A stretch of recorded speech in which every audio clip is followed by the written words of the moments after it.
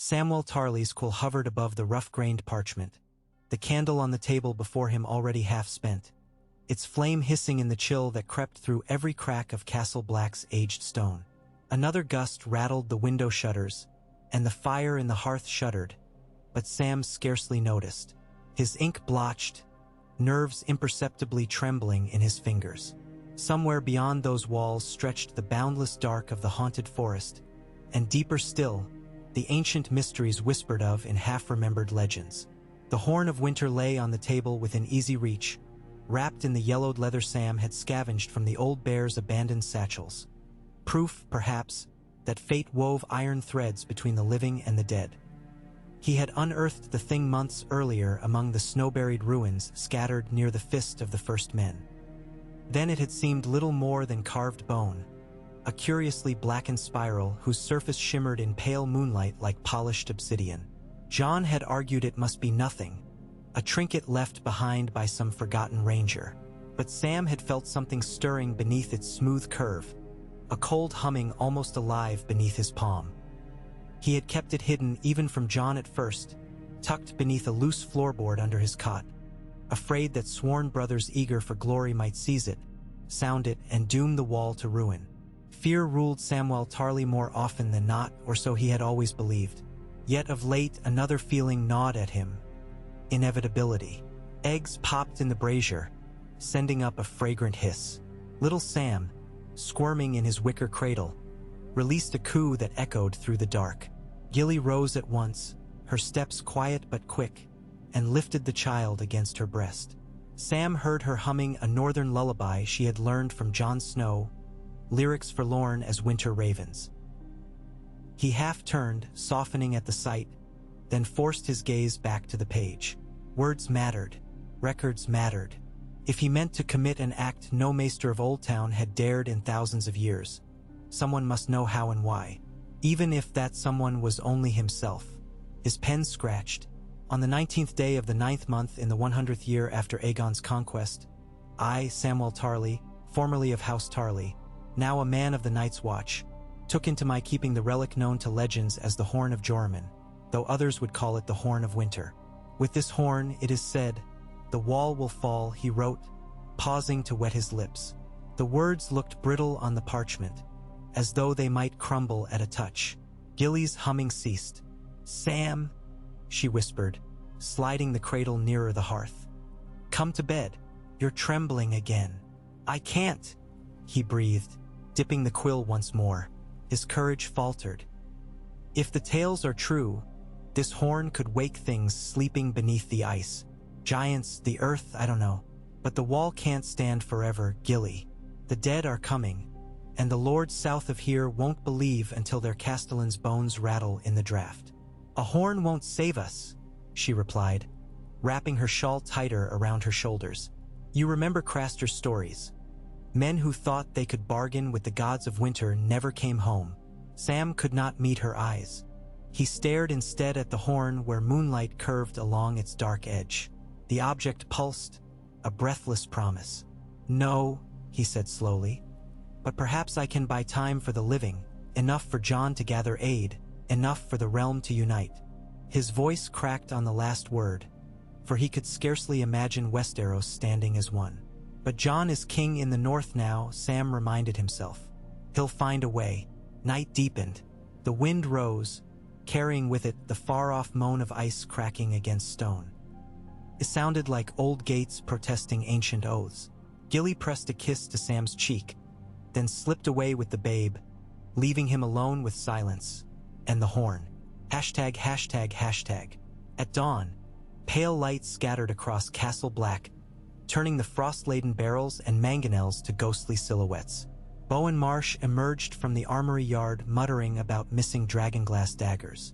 Sam slipped past him, clutching a satchel beneath his cloak. The horn's weight seemed to pull him toward the icy stairs. Each step jarred his knees, yet he forced himself onward, climbing until he reached the topmost platform overlooking the wild expanses beyond the wall. There stood Jon Snow, black cloak snapping like a raven's wing, ghost pacing at his heels. You look like you've not slept, Jon said without turning, voice rough from cold. His gaze scanned the horizon where gray and white merged. Scouts returned. Walkers were sighted near Greyguard. Too many for Thorn's company to face. We need Valyrian steel swords, dragonglass, dragons, anything. Sam swallowed. Or a new wall. Jon's head cocked, half smiling, half frowning. He studied Sam's face. What madness is brewing behind those sleepy eyes, Sam? In answer, Sam withdrew the horn. Jon's mouth parted. For a moment neither spoke. The wind howled through crenellations, plucking at the bone spiral until it throbbed with a low resonance like distant thunder. "By the 7, Jon whispered. He reached, then hesitated. "Is it?" "I can't be sure," Sam said. "But I've read every fragment in the archives. The shape, the runes, it matches Euron's description of the horn he tried to claim. Only this one is whole. Not cracked, not charred. I believe it's real." "If it is," Jon answered, voice hardening, "then sounding it means bringing the wall down. All our lives hang on this ice. You'd risk that." Sam's breathfakt. "To build something stronger, or to bring it to them before the dead do. If we fall back behind castles of stone, perhaps we can hold. The wall is vast, too vast to man with our numbers. If we break it under our own terms, choose the ground of the fight." Ghost growled low. Jon's eyes glinted, weighing duty against despair. "You're asking me to betray 8,000 years of Night's Watch vows. I'm asking you to save the realm." Sam's voice trembled, but he held Jon's gaze. "We can't guard every league of ice, but we can guard Winterfell, the Eyrie passes, Moat Cailin. The living must huddle where they can. The wall binds us, yes, but it also blinds the southern lords to the truth. Tear it down and they will see." Jon looked away, grief etching lines deeper than his years. "And if the walkers pour through in numbers no castle can repel? Then we die fighting among brothers rather than freezing alone." Sam nodded toward the horn. "Help me, Jon. If we sound it at Eastwatch, near the sea, the collapse might funnel the enemy eastward where the narrow ground favors defenders. ####. 3 nights later, a pale moon hung like a sickle over Eastwatch by the sea. Fishing skiffs bobbed below, masts creaking in dark surf. Davos Seaworth stood on the ramparts conferring with Cotter Pike, their breath pluming. Torchlight flickered across salt-rimmed stone. Sam waited near the base of a signal tower, heart hammering. Gilly pressed a glove into his hand, a scrap of wool she had knit the night before. He tucked it into his sleeve, feeling the comforting warmth. Jon emerged wearing black armor glimmering with hints of silver filigree, long claw slung across his back. Tormund Giantsbane loomed beside him, red beard catching sparks from a brazier. "The free folk don't fancy walls," Tormund grunted, eyeing the horn. "If you're right, Book's boy, that thing will knock our teeth loose." Sam forced a nervous laugh. "Let's hope not just teeth." A hush descended across the battlements as men gathered, black brothers, wildlings, and a few Northmen sworn to Jon, forming a solemn semicircle around Sam and Jon. The sea boomed below, rising swell striking ice-tattooed cliffs. Somewhere far above, ravens circled, as if drawn by an ancient resonance. Jon turned to Sam. "Whenever you're ready, afterward, run. The wall will not fall gently." Sam nodded, palms sweating despite the cold. He lifted the horn. It felt heavier than iron, though lighter than bone, a paradox weighing on his soul. He pressed the flared mouthpiece to his cracked lips. The first breath caught. Fear locked his chest. He shut his eyes, thought of Maester Aemon's tales, of colors in the dawn when dragons flew, of Jon's steadfast friendship, of Gilly's quiet courage. Then he blew. Sound erupted not as a note but a shattering roar, deeper than dragons, older than winter storms. It rumbled through the tower stones, through Sam's bones, through the frozen marrow of the wall itself. Men fell to their knees, clutching ears. Ice above groaned, trembled, then began to sing. A high crystalline keening that set teeth on edge. The sky seemed to ripple like heat on summer roads, and blue streaks of aurora-like light danced across the stars. Sam staggered. lungs burning. The horn slipped from his grasp, its echo still rebounding across leagues. John caught him, hauling him back as cracks ribboned across the wall's face, fractures spreading, spiderwebbing outward. Chunks of ice the size of cottages sheared away, plummeting into darkness. A thunderous blast of frost-laden air billowed up, flinging men against parapets. Tormund cursed, dragging two younger wildlings toward the stairs. Davos shouted orders to fall back. Some coughed, vision blurred. Beyond John's shoulder, he saw the wall collapsing in a slow, terrible cascade, each slab of ice thundering onto the next so that the night shook like a drum. The breach widened, jagged as a monstrous maw. Through swirling snow ghosts he glimpsed the forest beyond, the dark silhouettes of trees, and between them, far too many figures moving, pale and silent, their eyes glimmering like shards of midnight frost. The dead had heard the horn. ####. Retreat became flight. Eastwatch's main gate burst with terrified men and women surging toward the stables where mounts pawed and screamed. Sam, still dizzy, clung to Gilly as John and Tormund formed a rearguard. Blue shadows flickered across the courtyard as lanterns swung wildly. From behind rose the unimaginable roar of tidal waves crashing against the broken wall, a new ocean of ice floes churning down the gorge. They did not tarry. Cotter Pike's ships, moored at the eastern harbor, had sails unfurled quick as gull wings. Smugglers, fishermen, and black brothers alike scrambled across gangplanks, ropes cast off into frothing water that glittered with floating shards. Sam guided Gilly across a slick plank onto the Blackbird, Davos's gnarled hand steadying them. Little Sam wailed against his mother's chest, the sound piercing the cacophony. On the quayside fire, arrows hissed upward as Tormund's archers lit signal beacons. John stood atop a crate, cloak snapping, shouting final orders. Fall back to White Harbor. Spread word, every lord must muster. The wall is down. A horn blew, blunt, ordinary, yet filled with dread. Shadows poured from the breach, a wave of silent cadavers thronging out of the forest, led by white shapes astride dead horses whose hooves left no prints. The flicker of blue eyes multiplied like cold embers swept on wind. John leapt, slicing down a wight that scrambled onto the pier. Ghosts sprang, ripping another to shreds, yet the pieces crawled still. Sam tried to help, seizing a dragonglass dagger, but his grip trembled. Memory flickered. The fistfight at Castle Black, Small Paul's corpse rising, the stench, the cold. He quaked, yet forced his foot onto the gangplank, blocking a shuffling woman with hair stiff as icicles. He plunged the blade into her ribs. Shards of blackened ice exploded, and she crumpled. His stomach lurched. You're a man of the watch, he reminded himself, whatever comes.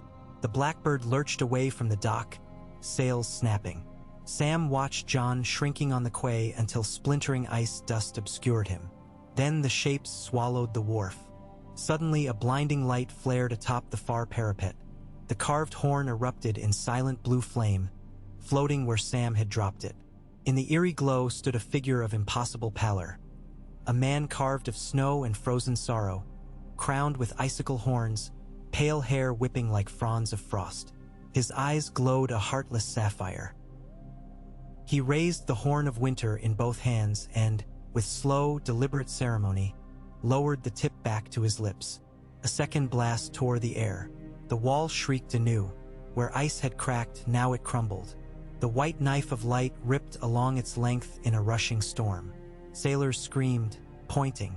Even miles away, future spires of ice toppled like giants, crashing into the sea with detonations that drowned all other sound. Above the flames of Eastwatch's towers winked out one by one, like candles caught in a gale. The Night King, if stories held truth, had claimed the horn Sam meant for mankind. ####.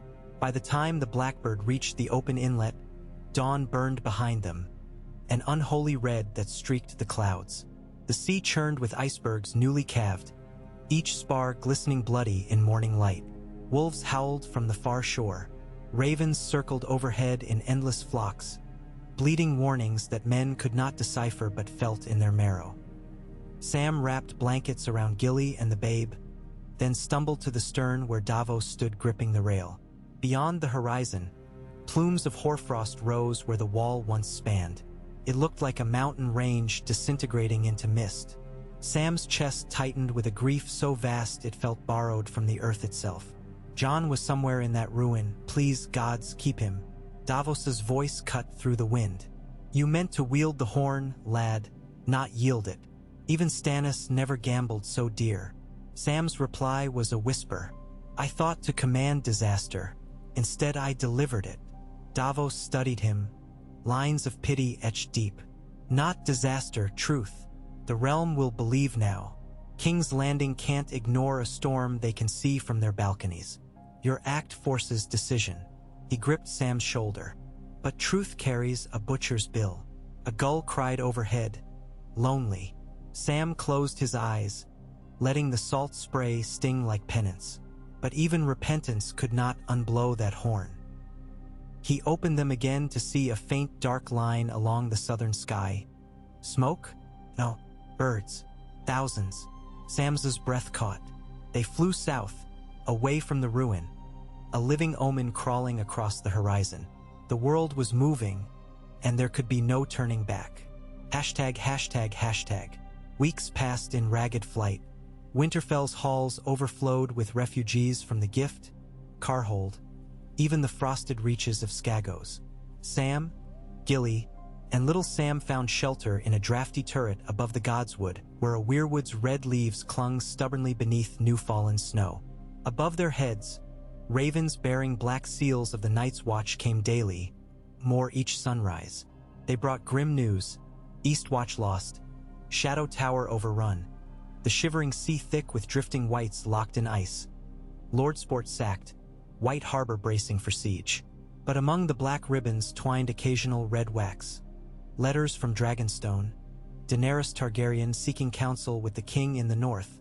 From the Vale, Sansa Stark rallying banners. From Oldtown, a single message in Archmaester Marwyn's own spidery hand: hold fast. The glass candles are burning. Sam pored over parchments by night, a maester's chains he had not yet earned weighing on his conscience. He plotted troop movements, studied ancient runes, scribbled hypotheses on how to damp the horn's power. But the Night King was always a step ahead, moving his dead legions in eerie silence, avoiding strongholds, flickering from forest to forest like blue wildfire. Rumor claimed he could now split the earth to unleash frozen mist, a weapon greater than any siege engine. Jon returned at last, scarred and weary, his cloak scorched, his eyes older. He had led survivors across the fallen gate. A named smallfolk gave the breach near Queen's Crown, guiding them along secret hunter trails by torchlight. He embraced Sam without words. When he stepped back, Sam saw an unspoken oath burning behind his friend's gaze. The horn must be reclaimed or destroyed. Yet Sam's research offered no guidance. The oldest texts spoke in riddles. Only hearts of fire may quell the ice that sings. Or, when winter's tongue devours the call, smoke of blood shall hush it. He needed answers lost in crypts deeper than any library. He needed Dragonstone's forged blades, the Red Priest's flames, perhaps even the whispered sorceries of Ashai. One dawn, Maester Wolkan announced a raven from King's Landing. Queen Cersei demanded tribute of grain despite northern famine. Jon's council erupted into shouting. Tormund threatened to send the queen her own severed tongue. Sansa argued they must negotiate lest southern armies turn on Winterfell while the dead pressed from the north. Sam, quietly absorbing each point, traced his thumb along parchment edges.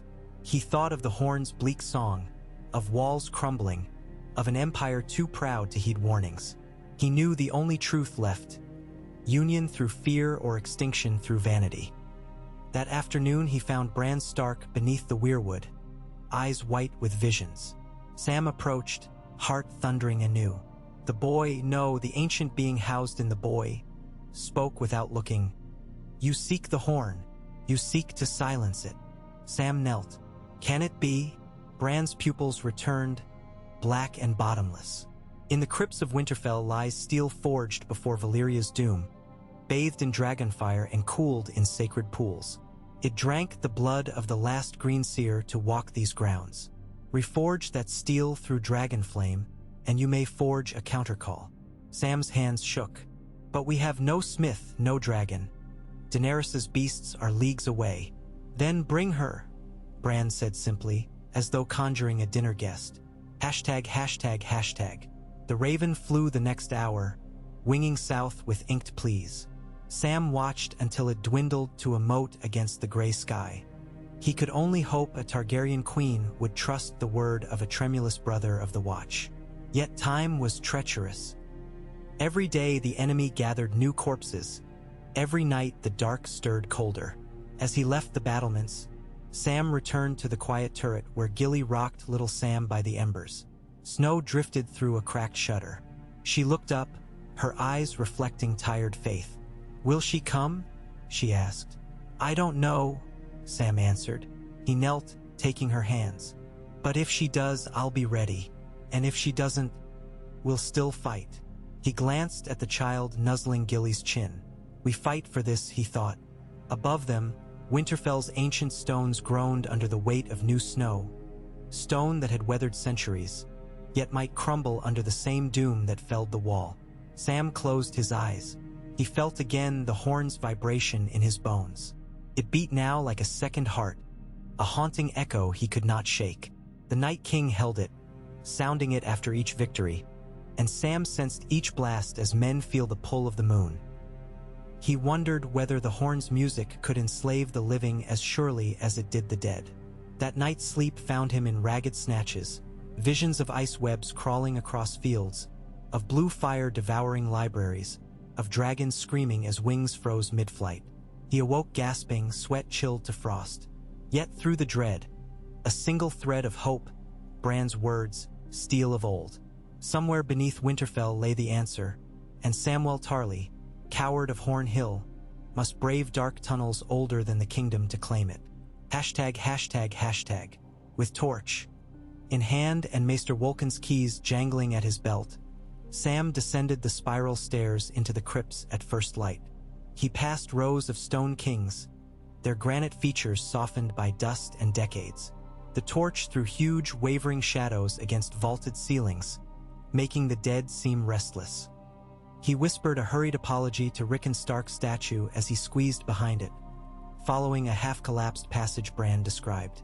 Cobwebs tangled in his curls. Chills nipped his neck. He ducked beneath archways until solid floor gave way to uneven steps cut from rough rock.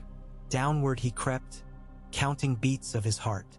He came at last to a low chamber brined with ancient moisture. Blue moss glimmered faintly along cracks.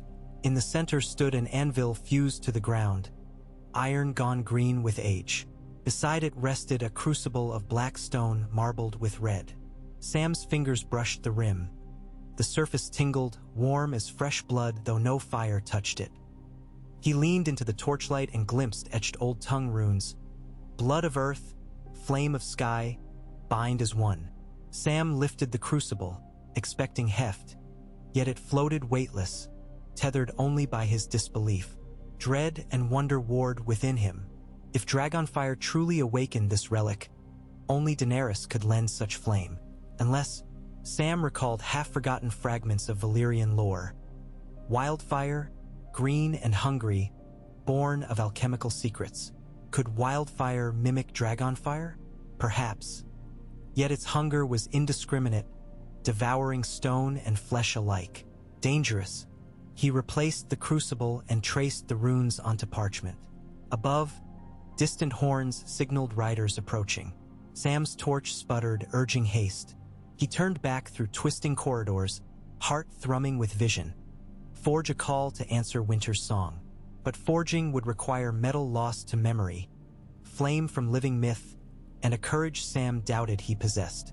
Yet he walked onward, step by step, breath by breath. Because sometimes the smallest man must bear the greatest burden, and in the cold hush between one heartbeat and the next, destiny cares not for fat or fear, but only that someone chooses. ####. For nights later, twin roars split the snow-hung dark.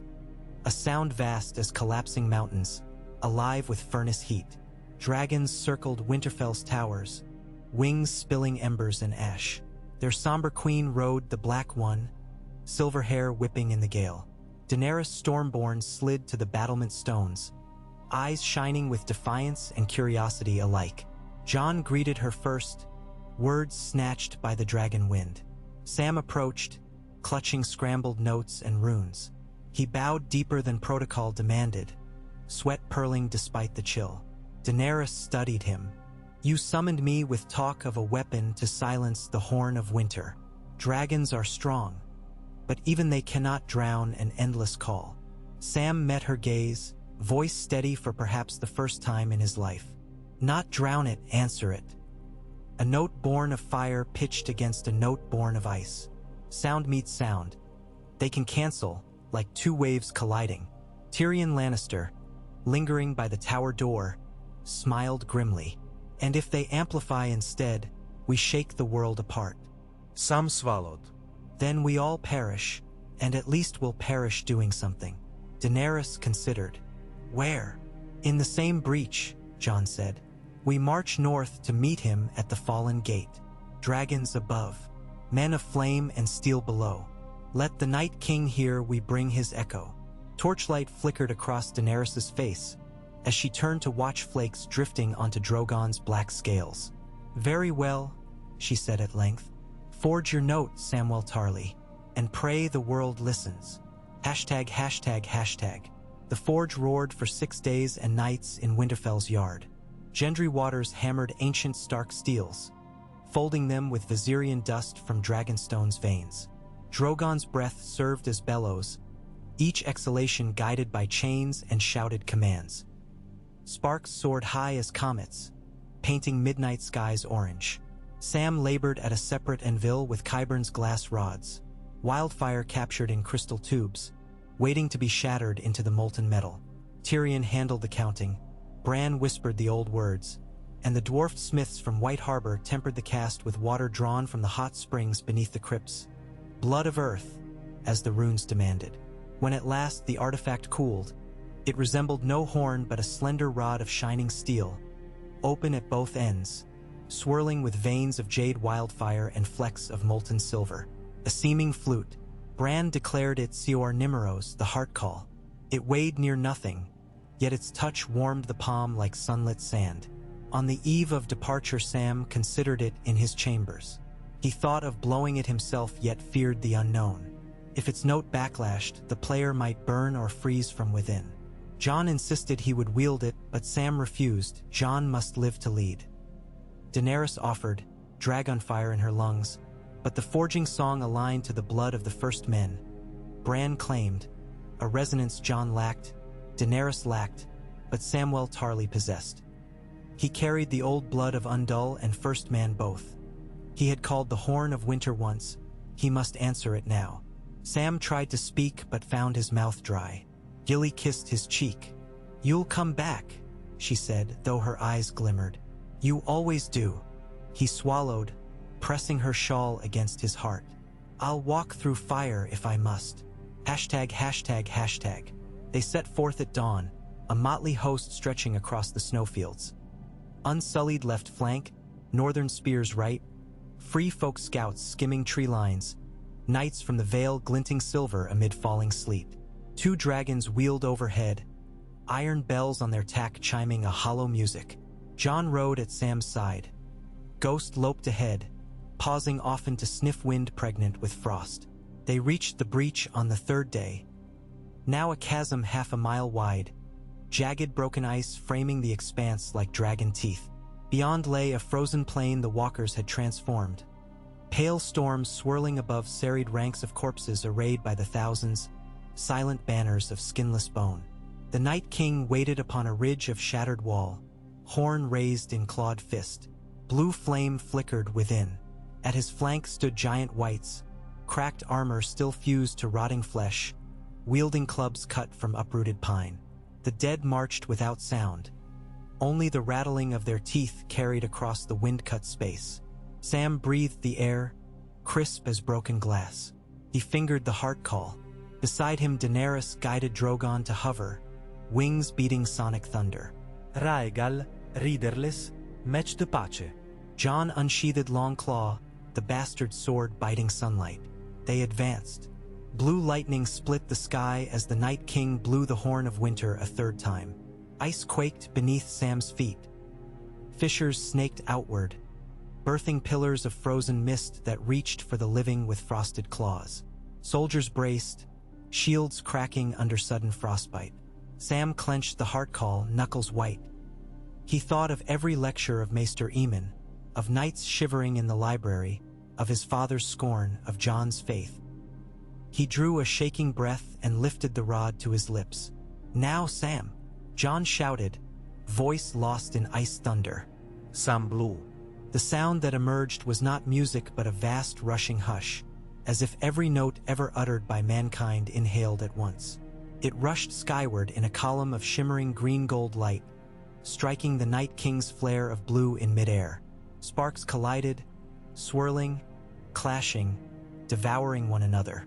A shockwave pulsed outward, flattening banners, toppling men and whites alike. Sam staggered but did not fall. The rod in his hands trembled.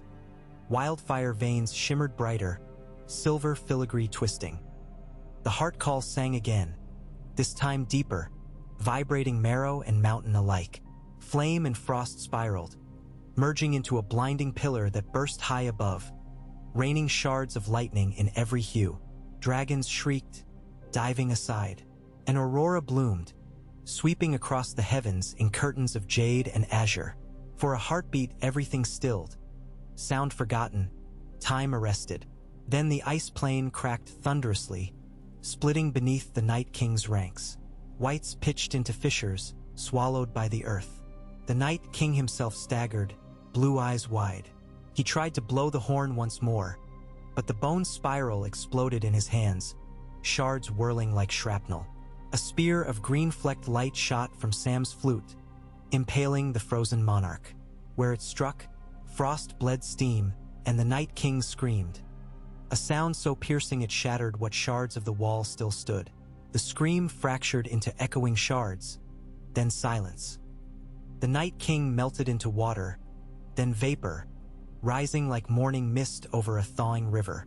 With his unmaking, the whites collapsed, limp puppets with strings cut. Giants fell with ground-shaking thuds. The icy pylons crumbled into glistening pools. In mere moments, an army became mulch for new grass. Sam lowered the heart call. It smoked in his grasp, metal curling inward, consuming itself until only a sliver remained. He released it, and the relic drifted away on unseen currents, dissolving into motes of greenish light. A hush swept the living host, then a roar, ragged cheers, hoarse screams, laughter born of disbelief. Jon clasped Sam's shoulders, tears streaking grime. "You did it. Seven save us all, you did it." Sam breathed, but no words came. He felt light, weightless, as though he had become the hush itself. Behind them dragons circled, fire pits roared, and men embraced. Gilly sprinted from the healer's tent, little Sam in arms, and collided with Sam, knocking air from his lungs. He buried his face in her hair, smelling smoke and snow and home. Around them spring broke through the ice, the first thaw in a generation. Sunlight glistened off droplets like diamonds strewn across a new world.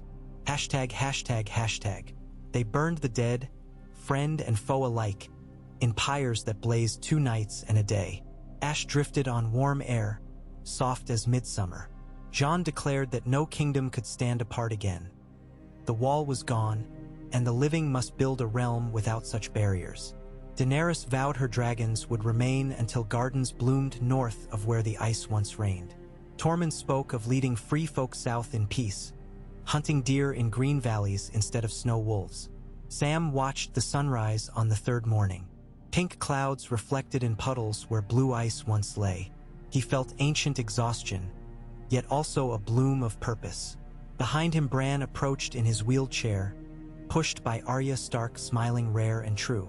"The song of winter is ended," Bran said softly. "But the world sings on. What will you write of it, Samwell Tarly?" Sam considered the blank page awaiting his quill, a page on which he would chronicle not the fall of a wall but the rise of unity. He inhaled cool air smelling faintly of pine sap and dragon smoke. "I'll write the truth," he said. "No more, no less." Bran nodded, wheels crunching over thawed rubble. "Then men will remember." He rolled onward, Arya pushing him toward tents where new councils formed. Sam turned again to the horizon.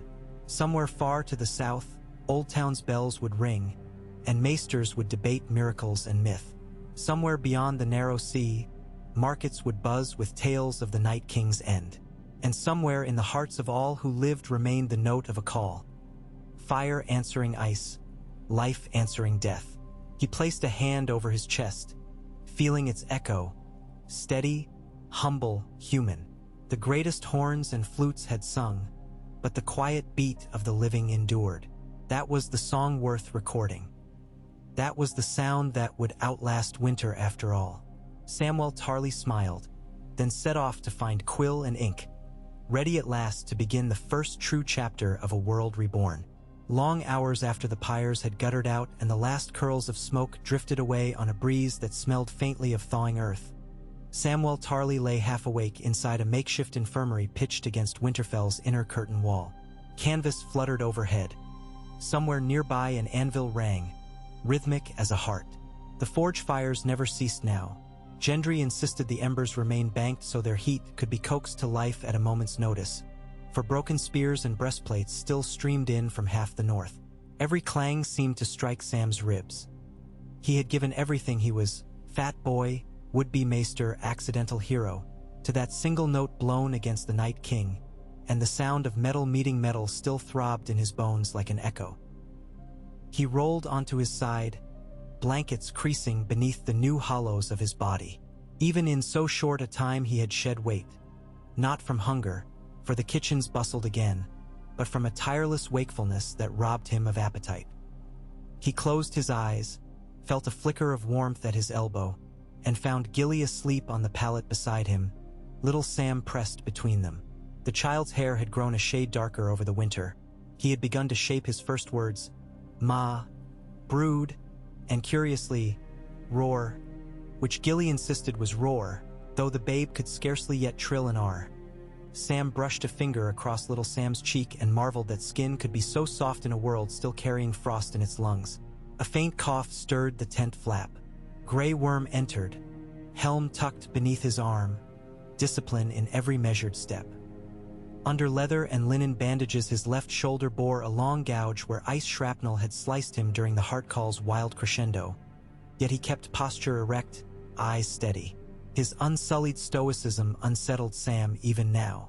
"Queen Daenerys asks if you might come, Samwell Tarly," Grey Worm said, voice low and clipped. "Council gathers." Sam suppressed a groan, not wanting to wake Gilly. He unfolded from the pallet, joints stiff as old barn hinges. "Tell her Grace I'll be there before the next log burns to ash."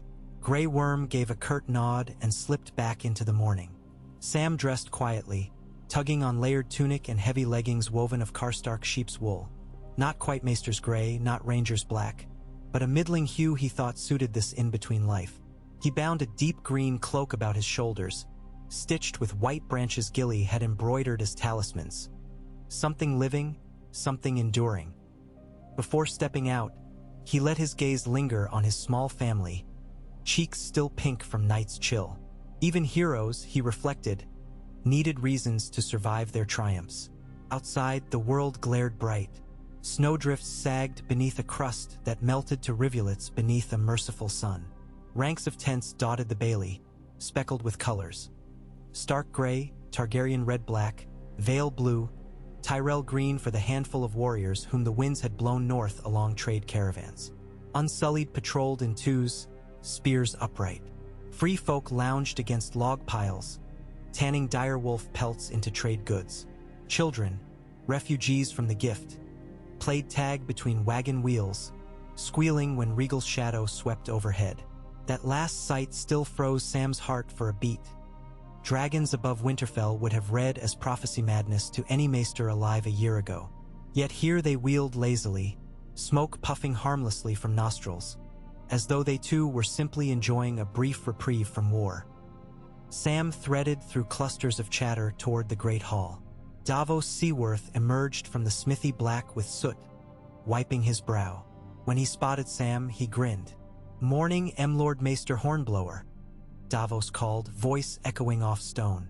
"The Queen says if you don't show soon, she'll name the dragons after you. They'll have to find a saddle big enough." Sam flushed. He never knew how to answer jest, especially from men he considered legends. "Tell her their names are splendid already," he managed, patting his stomach instinctively. "I'd weigh even Drogon to the earth."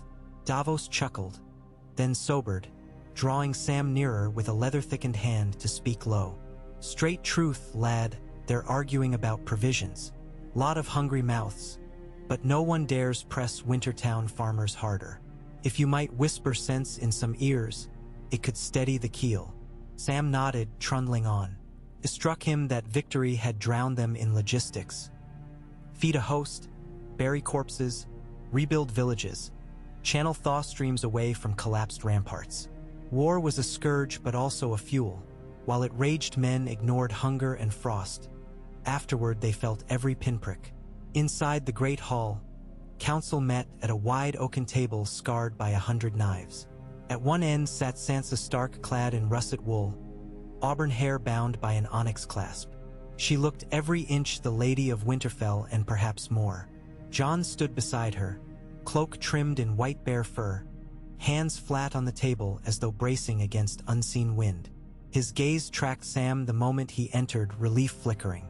Opposite sat Daenerys, posture straight, silver hair cascading, blue-black leathers shining where sunlight slipped between heavy drapery.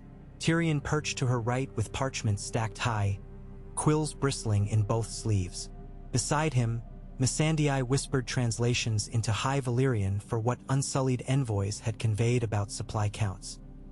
To Jon's left, Bran sat, wheelchair front wheels braced on a low platform so he met the other's eye level. His expression unreadable. No one wore crowns. That omission in itself carried weight. The realm had not settled whose brow deserved what. "Good," Jon said when Sam took a seat between Davos and Brienne of Tarth. "We may begin." Tyrion cleared his throat. "As of sunrise, our larders contain grain sufficient for 18 days at half rations. White Harbor reports fishing fleets iced in, though thaw likely freeze them within a fortnight. The king intends to send whaling cogs to supplement, but the cogs require pitch, and the only pitchmasters left south of Moat Cailin are sworn to House Serwyn and near bereft of supplies." Sansa pinched the bridge of her nose. "We cannot quarter 2,000 sellswords and 3,000 free folk on Winterfell stores. Nor can we risk starving the small folk who tilled these lands before the snow." Tormund Giantsbane, who had insisted on standing behind Jon despite lacking a title, jammed his knuckles onto the table. "The free folk won't starve. We'll hunt. Plenty of deer roam the wolfswood. At worst, we chew our leather and suck snow. We survived worse than half rations before. A host of hunters chasing the same herds empties the forest," Sansa answered, calm but iron. "And what of the 1,000 orphaned children in encampments? They cannot chew leather."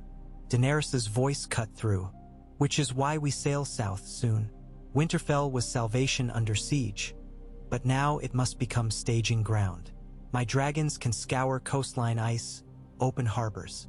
We rebuild the grain routes from the Reach." Sansa's gaze hardened. "The Reach is half aflame beneath Queen Cersei's taxes. Every bushel we take she will count as treason." Tyrion laid a fresh scroll before him. "Actually, my spies write that Cersei has levied no new taxes in 4 moons.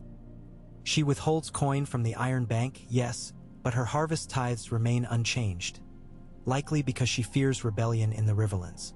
The trouble is not tariffs, my lady, but distance and spoilt roads." Davos spread his hands. "Then we must repair roads.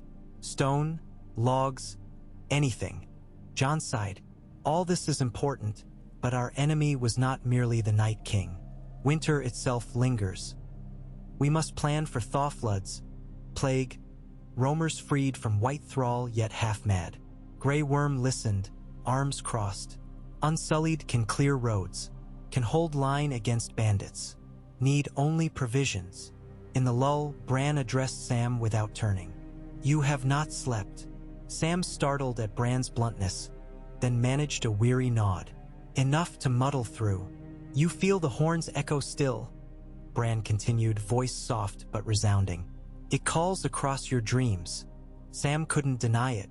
Each night brought muffled pulses, as though corridors of ice still threaded his veins. He'd wake in sweat to find Winterfell's hearths banked low and shadows shivering. What does it want? He whispered. Bran's pale eyes seemed to peer past stone walls and leagues. A void shaped like power seeks new forms. Magic doesn't die, it migrates. The horn's shards fell across the landscape. Some have sunk deep, others ride the spring melt. A clever man might harness them. Daenerys leaned forward, hearing only Bran's last words. Clever men already gather. Cersei, perhaps. Euron Greyjoy was last seen sailing east with a cargo hold rumored full of blackened bone. He may chase those shards. At the name Euron, Tyrion's lip curled. If the crows I thinks to play at sorcery again, we must cut him off before he finds a teacher. Sansa looked to Sam.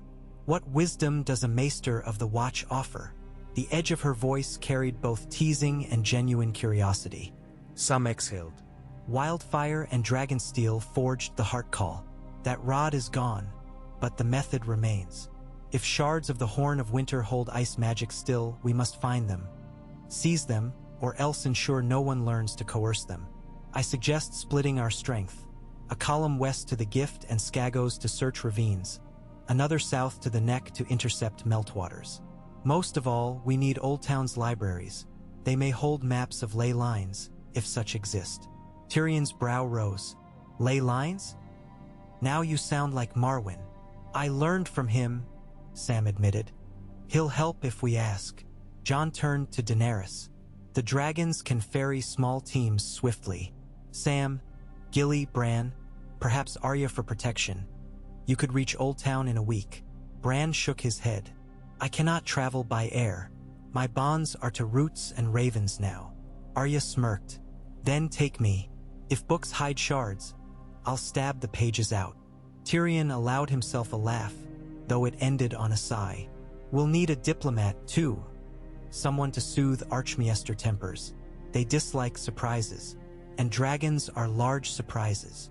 My place is here, Davos said. But Sam bears a tongue silver as any maester's. Sam felt heat flood his cheeks. I suppose I could. Though I fear heights more than sea storms. Sea routes remain choked with ice, Grey Worm noted. Dragons safest. Daenerys studied Sam, eyes soft, voice firm. If you have the courage to face the sky, I will carry you. And if Oldtown threatens you, they will face Drogon's shadow before my wrath. She paused, letting the weight of that promise settle. Will you go, Samwell Tarly? Sam remembered his father's voice mocking his fear of heights during hawking lessons at Horn Hill. You'll never wear the mantle of Tarly if you cower from a field mouse, boy. Yet here he sat. Fat boy, yes, but far less cowardly now. He recalled the horn's roar, the fire of dragon flame in his ears. He raised his chin. I will go, but Gilly and the babe come too, or no bargain. Jon reached across, gripping Sam's wrist. Then it's decided. He straightened, voice shifting to command. At dawn on the third day we send 2 dragons south, one bearing Sam, Gilly, Arya, and 6 unsullied escorts, the other scouting the King's Road down to the Trident. Meanwhile, Sansa and I oversee roads, and Grey Worm begins clearing storehouses. Lady Brienne, you'll ride to the Twins and rally Frey vassals. They owe the North grain. Brienne dipped her head. As you command, your grace. Daenerys traced a finger across the map's parchment. I'll remain with Drogon at Winterfell another fortnight to melt the worst drifts and to tend my wounded. But once spring caravans flow, I fly for King's Landing. Cersei will answer for ignoring the dead. Quiet settled, heavy yet hopeful. Sansa spoke last. If we may save the realm by knowledge rather than swords, we owe Sam a debt.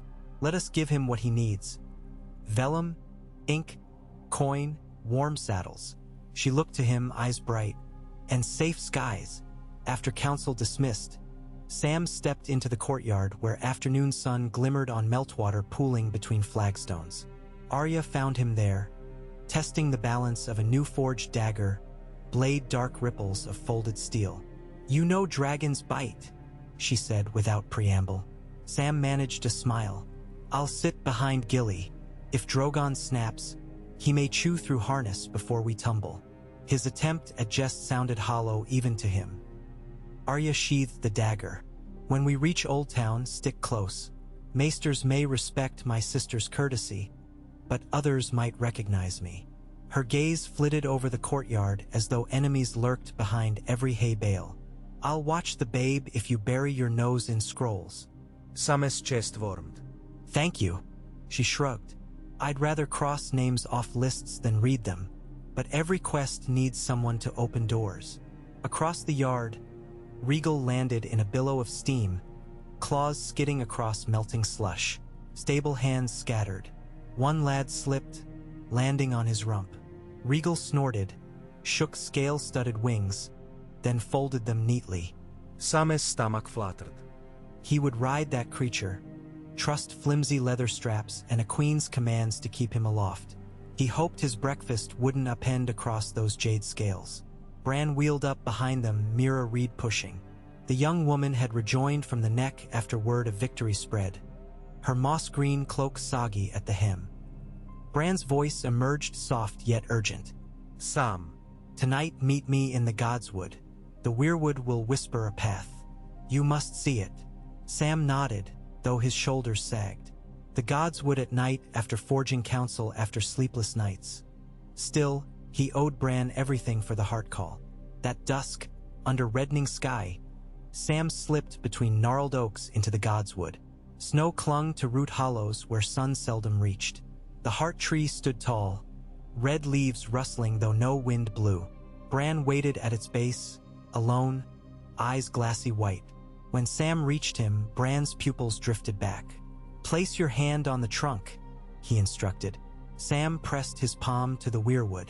The bark felt cool, then warmed, throbbing like muffled drums. Vision pulled him inward. Swirling mists, glimpses of a river delta fed by crystalline torrents, shards of black bones sifting through silt. He saw a hooded figure kneeling at water's edge, gathering fragments into a leather satchel. The figure turned. The face remained shadow, but a silver ship tattoo glinted at the wrist. Ironborn. The scene shifted. Oldtown's high tower rising above fog, its beacon green gold. Inside a torchlit library, cloaked men argued over scrolls. One brandished a horn shard shimmering icy blue. Sam recognized the Archmaester's ring and rod. Marwyn, yet older, lines deeper, fear sharpening his voice. Another maester, an acolyte with broad shoulders and bow-legged gait, pointed to runes that mirrored those on the Heartcall schematics. Sam's stomach twisted. They were forging something too. The vision fractured, racing along corridors of time. Euron Greyjoy's flagship, silence, smashing through violet waves, sails black as void. Lightning pierced clouds above. A twisted masthead of a horned kraken loomed. Euron laughed, eye patch soaked with salt, as he tipped a cask into the sea. Shards of horn swirling in dark liquid, dissolving. Runes flared brief as stars before sinking. Sam recoiled, hand jerking from bark. Cold sweat coated his brow. Bran's voice sounded distant. 3 paths. Oldtown, the Delta, the Deep. Choose wisely. You will never reach all. Sam's breathing came ragged. We sail for Oldtown first. Bran nodded. Good. The river Delta lies near the broken arm of Dorne. Shards there may wait. Euron sails for Valyria's smoking sea. He seeks bigger game. Let him chase ghosts.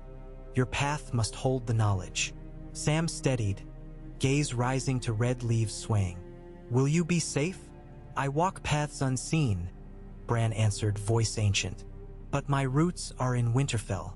Go, Samwell Tarly. The tree will remember. Sam left, heart drumming, mind swirling with images. Gilly met him outside their tent, cheeks flush from evening chill. She held a small iron flask. "Warm milk with honey," she offered. "You're pale as moonlight." He drank, sweetness coating his throat. "We ride in 2 days," he told her gently. "South to Oldtown. We'll need heavier cloaks for the sky." He hesitated, rubbing thumb against her knuckles. "I saw things, hard things, but we'll face them together." Gilly's eyes shimmered. "As long as we're together, Sam. I don't fear heights, you know. Crasters keep sat on high cliffs. The wind there was cruel." Her voice softened. "But dragons, those are new." They talked long after stars pricked the velvet above. Little Sam slept between them as they rolled maps, sorted what little belonged to them. A chipped bronze clasp from Night's Watch days, a string of carved bone Gilly insisted brought luck, a quill gifted by Maester Wolken. Their lives shrank to a single satchel. On the eve of departure, Sam wandered battlements unable to rest. Torches flickered, patrols murmured. He paused above the collapsed gatehouse where the heart call had first sung. Rubble glinted faintly. One chunk of ice caught his eye, black at the core though rimed in frost, no larger than a child's marble. His pulse quickened. A shard? He knelt, touched it. Cold bit deep, yet a slow luminescence pulsed inside, blue shifting toward green each time his heart beat.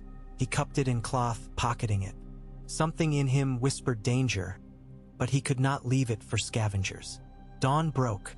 Snowmelt trickled like veins across the courtyard as Sam, Gilly, Arya, and 6 unsullied ascended wooden stairs to Regal's saddle platform. Drogon sat nearby, flame-scorched scales echoing sunrise ember hues. Daenerys adjusted harness straps herself, fingers deft. Jon stood below, hand within Sansa's but eyes on Sam. When Sam wobbled on the top plank, Jon barked gentle encouragement. "Head high, trust the leather." Sam eased behind Gilly in the second seat, breath catching as the dragon's shoulder muscles rolled. Arya crouched cat-like behind them, slender but solid, dagger at belt. The Unsullied strapped in forward and aft, spears at rest. Grey Worm saluted. Daenerys mounted Drogon, turning once. "Fly swift, cousin Regal," she murmured in Valyrian, as much prayer as command. Then she lifted, Drogon launching in a geyser of snow and cinder. Regal responded, wings spreading, talons gouging stone as his body surged upward with startling grace. Sam's stomach plummeted. Gilly's fingers looped through his, steady. Winterfell shrank below. Towers like child's blocks, the gods would a red blot, the broken breach a jagged scar. They banked southward. Wind knifed Sam's cheeks, tore tears from his eyes. Yet beneath fear bubbled awe. The wall's remnants ribboned east-west, glinting. Steam geysers vented from fissures. Beyond that, the north unfurled like a tapestry patchworked by thaw. White, brown, green hints where snow retreated from mossy hills. Hours passed in thunderous wing beats. At times Regal caught thermal drafts, coasting. Then wind fell away to relative calm. The silence of flight amazed Sam. He risked a glance behind. Arya sat cross-legged, grin wide, hair tangling free. She met Sam's look and winked. He laughed, genuine, startled at his own joy. They landed at midday on a craggy outcrop north of White Harbor to rest. Dragons drank from thaw pools, steam rising. Unsullied unpacked bread and smoked herring. Sam paste, legs votary. Far below, the King's Road carved a muddy line. Refugee wagons crawled south, banners pale in sun. Gilly offered Sam dried apple. Chewing, he asked Arya whether she'd traveled by dragon before. "Once," she said around jerky. "In a dream of wolves." She flicked eyes at Sam's pocket from which faint blue-green light seeped. "You carry ice and fire both. Careful it doesn't war inside you." Sam fingered the cloth bundle. "I mean to surrender it to the Archmesters for study." "Study," Arya echoed, skepticism lacing the word. "When steel is unknown we test it, not hide it," Sam insisted. "If there's danger, we must know the shape." Arya shrugged. "Knowledge can wound, but ignorance kills." He surprised himself with the sharpness. Arya merely nodded, as though conceding a point. Regal trumpeted. Flight resumed. Afternoon light slanted golden. Off starboard, Sam glimpsed the White Knife River splitting Thaw Plains, its estuary clogged by broken icebergs where smaller streams funneled flood debris. Smoke columns rose from villages. Some cook fires, some charred farmsteads. War's aftermath. At dusk they circled the walled harbor of White Harbor. Lord Manderley's banners fluttered. Piers bustled despite ice floes. The dragons set down in a cleared field outside walls, causing goats to scatter. Lord Wyman himself, riding a wheeled palanquin borne by 6 retainers, greeted them with tears in eyes. He thanked heavens to see winged hope in his lifetime. Supplies were loaded barley cakes, salted cod, casks of mead, gift for Oldtown. That night Sam dined in Merman's court under vaulted ceilings painted with merlings and dolphins. Wyman's cook prepared seaweed stew with peppercorn that warmed Sam's belly. The old lord spoke between spoonfuls of refugees streaming in by boat from Skagos. We feed them thick chowder, but winter's debt is heavy still. He pledged ships to sail south once ice cleared, carrying grain pledges to Winterfell. Outside the hall, Sam found Arya and 2 unsullied sparring by torchlight, practice spears whirling. Gilly watched from stone bench, humming lullaby. In the hush Sam felt the shard again pulse. He withdrew it, studied the glow. It brightened near Gilly, then dimmed near torch. Curious, he edged to a quiet cloister to test a notion. He held the shard near a snow-packed planter where frost lingered. The shard's light brightened. Held near a brazier, it dimmed.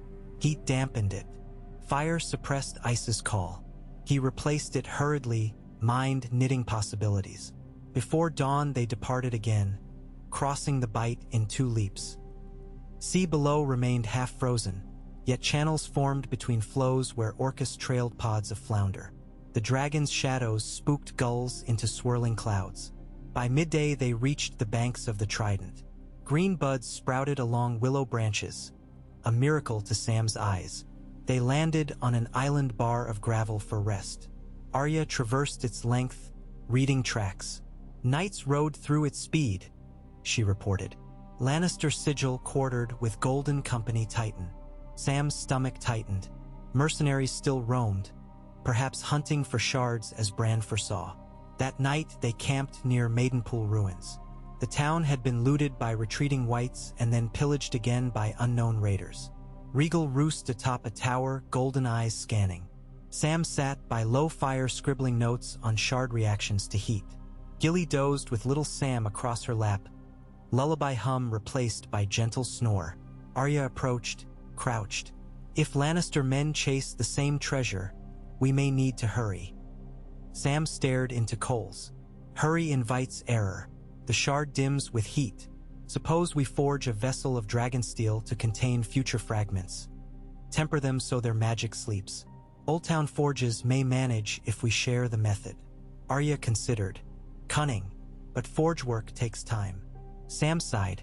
Everything worth doing takes time. She rose, pacing. Let's hope the world gives it to us. 3 more days of flight and rest blurred. They skirted King's Road outposts where Lannister banners patrolled. Twice, crossbow bolts whistled upward, clattering uselessly against Regal's hide. Sam's heart pounded, but the dragon only hissed steam, sparing the soldiers. Arya smirked each time. They'll tell legends of our mercy. The Reach unveiled itself like a dream. Rolling green hills parted from snow's grasp, fields of dun stubble waiting plows. Empty though, peasants hid indoors fearing dragons as flight harbingers of war. Sam felt pangs watching once fecund country sit dormant. On the 9th day since Winterfell, the Hightower Pier rose through morning mist. Its pale beacon blinked azure by day, sign of open harbor but also of caution. Oldtown sprawled beyond. Colonnaded palaces, cobbled lanes, stone bridges arching over the Honeywine River. Sam's breath caught, his first home away from home. He recalled trainee days, lost in scroll labyrinths. Regal circled twice before landing on the Hightower's broad wharf. Dockworkers fled, dropping crates. Guards in green cloaks lunged forward until missing hands stayed them. Archmasters appeared on balconies, some shuffling in night cloaks though sun crept overhead. Bronze bells told alarm, then curiosity, then hush. Queen Daenerys was not present. Only Sam, Arya, 6 unsullied, Gilly and Babe. Sam dismounted, legs trembling, and stepped toward a man he recognized beneath silvered hair and leonine beard. Archmaester Benedict, ringed for history and raven mastery. Benedict's sharp eyes drilled Sam. "Tarly," he barked. "By the dawn hammer, we thought you dead of frost." "Alive," Sam said, swallowing. "And carrying knowledge the citadel must hear." Benedict's gaze flicked to Regal. "Knowledge bought by terror, it seems." Arya's fingers brushed the hilt of her dagger. "A dragon in your courtyard is safer than a white walker in your library." Benedict bristled at her tone, but Sam interjected. "Please, we come in peace, but our need is urgent." Behind Benedict, other archmasters gathered. Vagon, long-necked and austere. Rutger with ink-stained sleeves, and half-hiding a smirk, Marwyn the mage, eyes gleaming like a conspirator who'd waited years for this moment. Marwyn stepped forward, parting colleagues with a wave. "Let the boy speak. I wager his tale outruns our annals." He took Sam's forearm in greeting, pressing something into his palm discreetly. A smooth flint of obsidian. Sam followed Marwyn through pillared halls into the scriptorium. Memories flooded. The hush of scribes, the resin scent of fresh vellum stretching on frames. They halted before an oaken table where a single candle burned though daylight streamed overhead. "Show me," Marwyn requested. Sam produced the shard, still wrapped. He dropped cloth folds. The sliver glowed faint, pulsing. Vagon drew a sharp breath. Rutger muttered prayer. Benedict took one step back as if chilled. Marwyn leaned so close the blue light glazed his pupils. "Ice bound by song," he murmured. "And you call it?" "Horn of winter broken," Sam explained. "We need to learn how to neutralize its resonance. It dims when near heat. Perhaps forging containment, dragonsteel alloy." Marwyn nodded. "Oldtown's forges do not craft Valerian alloys, but I know a smith in Qohor who does. Too far, though. We may attempt fusion using wildfire crucibles. Dangerous but possible." Vagon found voice. "Why should the citadel meddle in sorcery? Our creed forbids tampering in magicun." Marwyn slammed a fist. "Your creed bound us blind while the dead marched. This boy blew a horn of flame that slew winter incarnate. We will act or we will fade like ghosts." Arya observed all silent shadow. Gilly rocked little Sam near a window where swallows darted. Unsullied waited at threshold, a wall of spears forbidding interruption. Benedict tapped a finger on table. "Even if we study it, fragments scatter across realms. One sits in Oldtown already." He gestured. Rutger produced a lead-lined box, unlatching it. Inside lay a curved sliver larger than Sam's but dark, almost void. Fishermen dredged this from the Honeywine Delta last moon. It hummed until we locked it in lead. Sam's pulse quickened. "If you have 2, there will be more. We must gather them before others do." Marwyn beamed. "Then we form a conclave. Tarly to advise, Maester Marwyn to direct, the citadel to shield under chain and law. The realm must be told shards are deadly." Vagon scoffed. "And panic villages into hunting phantoms? Trade stalls will flood with forgeries." Sam raised a placating hand. "We share knowledge with trusted lords only. Meanwhile, craft containment chests, steel-lined with wildfire glaze. When a farmer finds a sliver, they seal it safe, send to Citadel for bounty. Coin will coax cooperation." Benedict stroked beard. "A reasonable scheme." Arya leaned forward. "And what of Lannisters? They gather mercenaries already." Marwyn's expression dimmed. Spies whisper Qyburn regained the Queen's favor. He experiments on something he calls frostfire. So far results are unstable. Sam swallowed. "We need allies in King's Landing. Letters to Lord Tyrion, though his return uncertain." He looked to Arya. Perhaps your brother may send ravens to every holdfast between Dorne and the Neck. Gilly approached table, adjusting little Sam on her hip. She spoke shyly but clear. Begging pardon, but shards this bright will tempt poor miners. If you offer silver for them, other lords will double that price, not to contain them but to claim magic. She looked to Sam. Promise bread instead of coin. Hungry folk value wheat more than gold, and you control grain stores. Marwyn laughed delighted. Wisdom from the crags of the far north. Yes, grain vouchers redeemable only through citadel granaries. Smart. Sam beamed at Gilly, heart swelling. Benedict gestured to clerks. Draft decrees at once. Offer wheat reward for any ice shard surrendered to nearest maester. Samwell Tarley's seal will vouch authenticity. Some booked. My seal. You blew the horn of fire, Rutger said. Your name carries heat now. Some exhaled. Very well. But first we must test scale, determine how fragments react to proximity. I propose this: we place both shards in lead cases, lower into a kiln incrementally heated. Record glow. Resonance. Marwyn slapped the table like a drummer rallying troops. To the furnace, then. Tonight we learn whether winter can be caged. Hours later, deep in Citadel's alchemical wing, Sam watched forge masters stoke bellows. Wildfire crucibles glowed green behind quartz panes. Marwyn donned heavy leather gloves, eyebrows singed from previous experiments, while forging dragonbind horns decades past. Unsullied guards flanked the door, uneasy near so much volatile flame. Sam recorded readings. Glow intensity, vibrations, air temperature. As heat climbed, both shards dimmed, pulses slowing until a hush filled the chamber, heavy as midwinter snowfall. Sam leaned nearer, breath fogging the quartz. A faint hairline crack traced across the larger shard. Ice squealed, high-pitched then silent. He scribbled, "Heat above dragonflame threshold destabilizes crystalline matrix. Risk of explosive shatter?" Marwyn raised crucible temperature one more notch. The shards dulled to charcoal black. Sam pressed ear to glass panel. Nothing. He let out a slow breath. "Contained," he murmured. Suddenly, from within the crucible, a faint blue spark leapt. No larger than a firefly but bright as Forgemaster's arc. It skipped shard to shard, then fused mid-air, forming a tiny luminescent orb. Sam's eyes widened.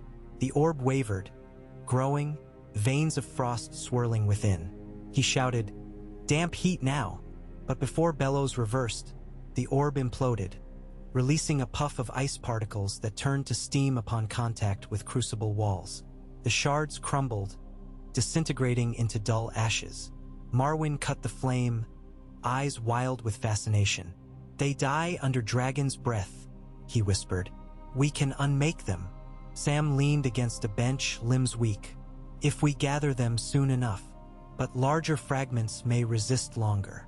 Marwyn clapped him on the shoulder. "Then we must feed them hotter fire. Find a volcano's vent or a dragon queen's heart."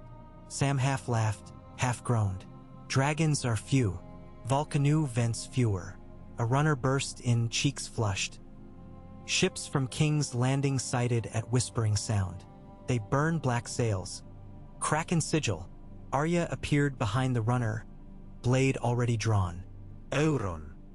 Sam's exhaustion vanished in a surge of adrenaline. "He's come for shards buried under the Honeywine Delta," he breathed. "We must intercept before he dredges riverbeds." Marwyn spun, cloak flaring.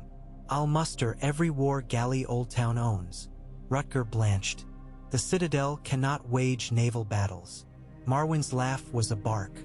"You'd prefer Euron's priests rip ice shards into horns?" "No, knowledge sometimes requires claws." He turned to Sam. "Will you counsel our admirals?" Sam hesitated, yet nodded. "But first I need to warn Queen Daenerys. Drogon's fire may be our only certain weapon if Euron binds a bigger horn." He found Arya already slinging saddlebags across Rhaegal's harness outside the high tower. Gilly stood near, cheeks wet but determined. She handed Sam the obsidian flint Marwyn had passed him earlier. "For luck," she said. Sam tucked it into his pocket beside his broken quill and a fresh blank journal. Then he climbed behind Arya. Gilly and little Sam settled in front to shield the babe from wind. Regal launched, torchlight swirling below. Bells tolled again, this time not alarm but rally. Fires sprang along harbor's edge as war galleys prepared. Sam looked down at the storied city shrinking, its harbor churning with oars. Somewhere beyond horizon, Euron's silence prowled, and north at Winterfell, dragons waited. The wind tore words from his lips, yet he whispered them anyway. Knowledge over ignorance, flame over frost, life over death. Regal roared, wings shattering clouds, and they flew into the night where spring battled winter yet again. No longer on walls of ice, but upon tides and in forges, in hearts that dared to straddle fear and hope both. Gray morning mist draped the Honeywine Delta when the first outrider glimpsed the iron-born sails. A ragged wall of black salt canvas emerging from fog, triumphant as if torn from some nightmare tide. Each mast crowned a sigil, a red-eyed kraken twisting into a horn whose spiraled curve shimmered ghost blue across the fabric. At their vanguard, like a shark amid minnows, cut silence, Euron Greyjoy's infamous flagship. A looming prow carved into a screaming maiden, mouth open to swallow the river. Lord Admiral Hara Hightower, helm of burnished bronze clutched beneath her arm, stood atop the seaward battlements of whispering sound and felt her pulse tick faster with every foot of sailcloth the fog divulged. Behind her rose the citadel's seldom-used war fleet, 30 keels, galleys by name but merchant hulls by birth. Their crews were harbor dredgers and river pilots pressed to war by decree less than a day old. Upon their decks royal recruits staggered under borrowed spears. The archmesters had promised obsidian bolt tips and wildfire casks, but few had yet been ferried from storerooms. Against Euron's thrice-blooded reavers it felt akin to lighting candles before a hurricane. Yet Hara Hightower was not alone. Above her merlined perch, the sky shuddered under a thunder that was not thunder, the beat of dragon wings. Regal's emerald arc cleaved gray cloud to reveal Drogon's somber shadow higher still. Queen Daenerys braced upon the black dragon's shoulders. The Night King's bane soared south in answer to Samwell Tarly's raven. 3 days and 3 nights hardly spent before flame answered ice once again. Across the battlement, Sam leaned on cold stone, wind clawing tears from his eyes. He had ridden hard out of Oldtown before dawn, mounted on a weary courser lent by Maester Marwyn. Now he watched enemy sails approach, his heart thudding like a smith's hammer, each strike forging dread. At his belt hung a fresh lead casket no longer than a child's forearm, the first prototype of many. Inside, the blue gleam shard he had stolen from Winterfell beat a muffled cadence. Only dragonsteel clasps and woven wildfire seal kept its pulse low. Arya stalked beside him, eyes slit against salt spray yet alight with predatory focus. She unwrapped the parcel Sam had carried under his cloak. A crossbow of white weirwood, Gendry's masterwork, with limbs inlaid by dragonglass shards. The bolts, quivers of them, featured heads of obsidian glass kissed by molten steel so hard they caught even shadowed light. She handed one to Sam. "If you see Euron, aim true." Sam nodded, though his quaking hands betrayed the warrior mask he tried to wear. He could wield quill and tongue but crossbow. Yet courage sometimes emerged only when fear had spent itself. The Ironborn came on fast, rowers chanting, axes strapped at hips. Siege scorpions pivoted outward from the first galleys, bolts tipped blue with some shimmering resin. Sam's stomach clenched. Shards liquefied? If Euron had discovered a way to melt them into metal, a single bolt might carry the horn's echo like a plague. Drums thundered on silence. Atop the prow, Euron himself spread arms, crimson-striped cloak whipping. His one uncovered eye glinted like a dying star. He lifted a conch-like horn. No, not horn. It was the figurehead of his ship, carved to match the relic he had once lost and now sought to forge anew. But this one had no bone or brass. It seemed wrought of glassy black ore, and frost haloed its rim though sun shone weakly overhead. Euron lowered the horn to his mouth and blew. Sound crashed upon the harbor, different from the Night King's wound yet kin to it, as if a wolf and hound howled in eerie harmony. The air frosted, bulwarks groaned where rhymed ice spiderwebbed across iron bracing. In the delta's marsh channels, brackish water froze from surface downward, trapping fish in crystalline prisons. Sam felt the shard in his casket pulse brighter, frantic, eager. Drogon answered with flame, a river of orange-red cascading from on high, turning mist to scalding steam. The cone of dragonfire struck silence amidships. Yet instead of wood charring and pitch exploding, the flame hissed, guttered, and vanished. The black or hull drank heat the way sand drinks night dew. Planks steamed but did not ignite. Euron's laughter carried across water like broken bells. Hara Hightower cursed. Wildfire catapults, now. Cranes pivoted, launching glass jars streaking sickly green. They shattered upon iron-borne decks with wreaths of emerald hunger. One galley blossomed into light and screams, but silence cut through plaguey flame and scathed, that black hull again drinking fury. Sam's mind raced. Dragonfire neutralized shards in crucible, yet here shards devoured flame. Because the entire ship was laced with them, they absorbed heat, converting it to what? Euron blew again, and fog thickened, curling white tentacles across channel water like invading ghosts. Sam shouted to Grey Worm at the parapet base. "We must break the horn. Target the prow." Grey Worm relayed by horn code. Scorpion crews atop the high tower swung their siege weapons. Arya seized one of Sam's dragonglass bolts, clambered onto the parapet, ignoring Hara's cry.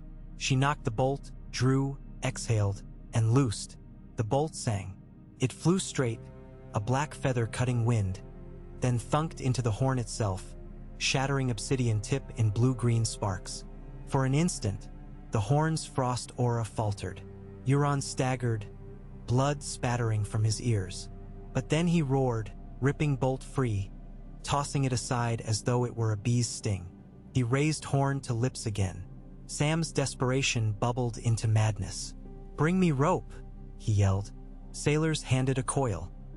He lashed his lead casket to the weirwood crossbow, knotting tight. "Arya," he said, voice shaking, "shoot this into the hull near waterline. The casket will imprison shards around it." Arya's brow quirked, but she complied, drawing string taut as men winched Scorpion again. Sam muttered the weirwood prayer he'd read on cracked bark beneath Winterfell's heart tree. When Arya released, the casket-lashing bolt arced like a meteor, dropping with perfect grace into Silence's lower flank just above the freezing water. The moment casket timber bit hull, frosty tendrils curled across impact point, but then recoiled, hissing as wildfire-lined seal met shard-soaked planks. The hull groaned, resonance out of tune, like a lyre string snapped mid-solo. Euron blew the horn, but sound emerged strangled, half-formed. The ship shuddered. Blue mist leaked from seams where timbers met keel, curling into the air as wraiths forced from their lair. "Oh gods," Sam whispered. "It's working." Drogon descended. This time flame ignited hull timbers. Black or blazed white, fissures spidering in heated mosaic. Wildfire jars followed, and within moments' silence was an inferno. Yet still the ship surged, momentum unstoppable. It rammed the first citadel galley in line, crushing oak, men shrieking as water swallowed them. On his burning deck, Euron stood ablaze, cloak torn, horn fused to his lips. Eyes blister white, he glared at Sam across yards of churning water. "Little maester," came a voice in Sam's mind. Not shouted, but whispered across distance, vibrating in bone. "Did you think frost so easily tamed? Ice learns, ice remembers." Sam lurched, dizziness flooding. He clutched parapet. The shard in his belt casket hammered like a heartbeat turned war drum. A faint call rose from water below, other shards awakened by Euron's will. Arya caught Sam's shoulders. "Stay with me." Sam forced breath. "We have to end him now." Above, Drogon circled and dove, tipping wings. Daenerys's voice rang clear in Valyrian, a command of endings. Drogon spat a focused jet of flame. Regal joined with green fire. Twin streams lanced into silence, hitting horn, hitting captain, hitting deck, until wood and or glowed incandescent. Euron's scream rose, not pain, but exultation. The horn cracked, fissures glowing frostwhite. Then it shattered, shards blasting outward in a halo. Where each piece touched flame, it sublimed into vapor. Where it touched air, it drifted downward as glitter snow. A mighty crack split Silence's spine. Hull sagged, broke. Sea swallowed embers. For a breath, silence, true silence, fell over Honeywine. Then the fog began to lift. Days later, Oldtown's bells rang not alarm but triumph. Captured ironborn vessels lined quays, their crews in chains. Sam, exhausted beyond reckoning, stood before the gathered Archmaester Conclave in starry September's vaulted nave, flanked by Gilly and Little Sam. Torches cast constellations of light against blue-painted walls. Daenerys attended in black leathers, Drogon roosting on island outshore. Jon and Sansa had arrived on swift northern horses along the Rose Road, northern retainers flanking. Marwyn addressed the assembly. By combined arms of knowledge and fire, the citadel stands unbreached and the horn's echo contained. We must now commit to the great harvest. Gather every shard across forms, or powder, fractured bone. He gestured to Sam. Maester Tarly, the room murmured. The citadel had yet to vote chains, but title hung on lips. Shall lead field research, forging containment protocols, training Ravencallers to identify shard signatures. Benedict added, We propose a new order of maesters, custodes flammy, sworn not merely to record history, but to intervene when sorcery threatens the realm. A gasp rippled. Vagon protested, Such activism betrays our neutral creed. Daenerys's voice rang through marble. Neutrality fed the dead their due. I vow Dragonfire in defense of this new order. She turned to Tarly. But the choice is yours. Will you lead? Sam glanced at Gilly, at little Sam nibbling a stale sweet cake. He remembered Horn Hill's library where he had once hidden to escape father's wrath. The wall's drafty cells, the Godswood's whisper, the dragon's roar. All paths led here. He knelt. I will serve, but not alone. My wife, once no more than a wildling girl, has taught me flame's mercy. My sisters and brothers of North and South both taught me courage. The custodes flammy must be open to all hearts true, not only the learned. Tyrion laughed softly. A guild of knowledge and common sense. 7 save us. Westeros might flourish yet. The Archmaesters conferred in hushed tones, rings clicking along chains. Finally, Benedict raised a hickory staff. So sworn, by sun and star, Tarly leads. Applause hesitant at first, then rolling. Jon pressed Sam's shoulder. Brother, he whispered. Sansa embraced Gilly. Arya flashed a rare grin, slipping a parchment into Sam's palm. A list titled Things Left to Kill, if need be. At the top, crossed out in stark ink, Night King and Euron Greyjoy. The New Order's first summit convened on Dragonstone 30 days later, when spring waves lapped black sand and sea birds nested on melted slag cliffs. Sam arrived aboard Maiden's Mercy, carrying crate after crate of lead-lined caskets. Containment smithies sprouted along Dragonmont's base. Fueled by volcanic vents, Daenerys opened with Drogon's claw. There, wildfire crucibles glowed day and night. Shards fed to flame until they melted into harmless vapor. Maester Wolkan studied samples, scribbling chemical analyses.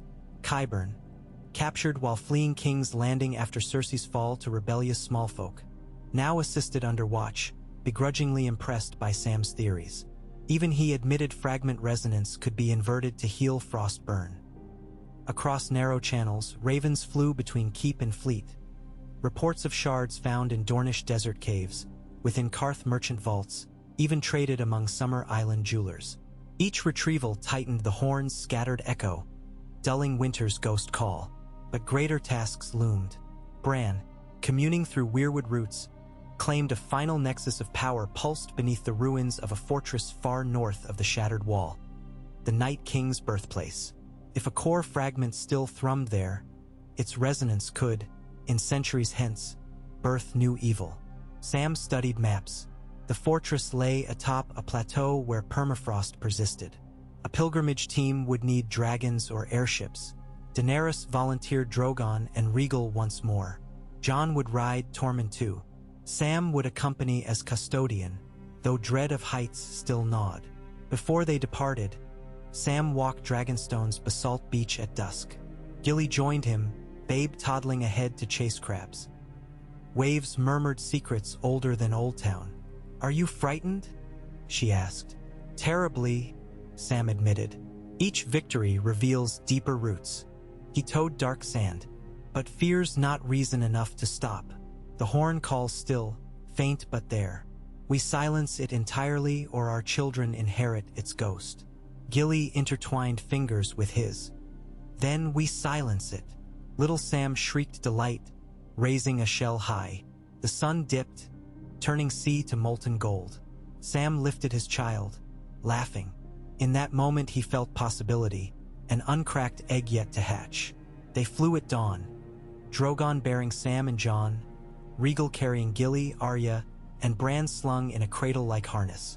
The plateau appeared after 2 days of bitter air, a crown of black rock wreathed in pale blue aurora even under daylight. Snow devils whirled along ridgelines. Sam's casket compass, a ring of iron hugging the Winterfell shard, vibrated thrice per heartbeat. The source lay below. They landed on a courtyard of fused ice. Carved spires jutted, like ribs of a leviathan left to weather eons. Bran's eyes rolled white. He murmured directions to a stair descending into gloom. Torches hissed with each step. Frost-coated walls, patterns forming runes that shifted as they passed. Memory trapped in ice. At the stairs end a cavern opened deep as cathedral. Floor mirrored ice reflecting torchlight into endless starfields. At its center a crystalline obelisk rose, half embedded in frozen pool. Within that tower swirled the last shard, no sliver but a monolith taller than 10 men, glowing blue-green with pulses that matched Sam's heart. Jon stepped forward, long claw unsheathed, blade misting in cold. "Can we destroy it?" Sam unshouldered lead cases, with dragonfire and wildfire together, but cavern ceiling may collapse. "We'll need barrier wards." He set casks at cardinal points, instructing Arya and Tormund to pour wildfire rings, Bran to trace weirwood glyphs in frost. When circles met, Drogon exhaled flame tempered by Rhaegal's greener breath. Fire spun into a helix around the monolith, but did not touch. Sam hurled the Winterfell shard at its base. The monolith's glow spiked, as though welcoming kin, then dimmed, confused by foreign heat. Jon slammed Longclaw point against ice seam. Cracks raced upward. Drogon roared and unleashed full fury. Fire met ice, but unlike previous confrontations, the wildfire glyph ring contained energy inward. Cavern walls shook. The obelisk shrieked, azure streaks spiraling skyward, then split, the core fragment fracturing into 1,000 shards which the rings absorbed, transmuting blue into emerald, emerald into smoke. With a sound like a chime cut short, the last echo died. Silence claimed the cavern. The ice mirror floor clouded, losing sheen. Frost patterns ceased shifting. Sam's casket compass stilled. No pulse. Tears filled his eyes. 4 years since leaving Horn Hill, he had outrun bullies, wights, horns, fathers, kings. At last, the winter song ended. Bran's chair rolled close, pushed by Arya. His voice bore a faint smile. "The world turns its page." Jon clasped Sam's forearm. "Well done, custodian," Tormund hooted, slapping Sam's back so hard he nearly toppled. "He's a wizard for giants' tales, this one." Gilly hugged Sam, their breath fogging, mingling. Little Sam peeked around her cloak, eyes wide at glowing embers. They emerged into dawn's hush above clouds. Aurora faded. Sunbeams painted ridges pink. Down below, the vast scar of wall ruin already sprouted green, thaw quickened by summer's promise. Sam turned once more to the plateau. The obelisk site now smoldered, ice collapsing into a pond of crystal water. A weirwood sapling had begun to bud at the crater's heart, roots nourished by melted frost, leaves red against snow. Bran's gaze lingered, understanding unsaid. Life arises where songs end. Drogons spread wings. Regal answered. They lifted into sky, carrying men, women, child, and all the fragile hope they could hold. Westeros lay wide, a wounded realm bleeding but alive. Fields awaited seed, roads awaited feet, halls awaited laughter. As Regal leveled off, Sam withdrew quill and fresh parchment from satchel lashed to saddle hoop. Wind tore his cloak, ink spattered, yet he wrote anyway. In the year of the broken wall, the horn's final echo faded into dawn. Let posterity mark that study and courage in equal measure forged this peace. And should Frost's whisper rise again in centuries unborn, let them find our account. A map of peril, yes, but also of deliverance, penned by those who believed knowledge a truer fire than fear. He wiped tear-blurred vision, continued, I once thought myself craven, yet bravery is not absence of fear. It is the marriage of fear to love. Love of a woman, of a child, of friends, of books, of sunlit fields. I dedicate these pages to all those loves, and to the world, that it may know they were worth the struggle. Quill scratched until ink froze, wind stealing final words. Sam tucked parchment in wax tube, sealing with the custode's sigil, a flame enfolding a snowflake. He tied it to Regal's harness alongside Raven's bells. When the dragon banked west toward Oldtown, bells chimed, a melody light, hopeful, mortal. Below, rivers ran freer than any living soul remembered. Meltwater cascaded from mountains to feed seeds already sprouting. And though scars of war marred every valley, every hamlet, they shone with new grass glistening under morning sun, a quilt of green stitched by patient hands and unyielding hearts. Back on his dragon's seat, Samwell Tarly closed his eyes for just a moment against sun glare. For the first time in too many moons, no horn echoed in his dreams, no night cries haunted. There was only wind whispering across scales, the laughter of a toddler behind him, and the knowledge that tomorrow's chapter would be written in ink, not in blood or ice. He breathed, felt the weight of quill anew, and whispered to himself as sky and earth joined in horizon's gentle blue. Now the real story begins.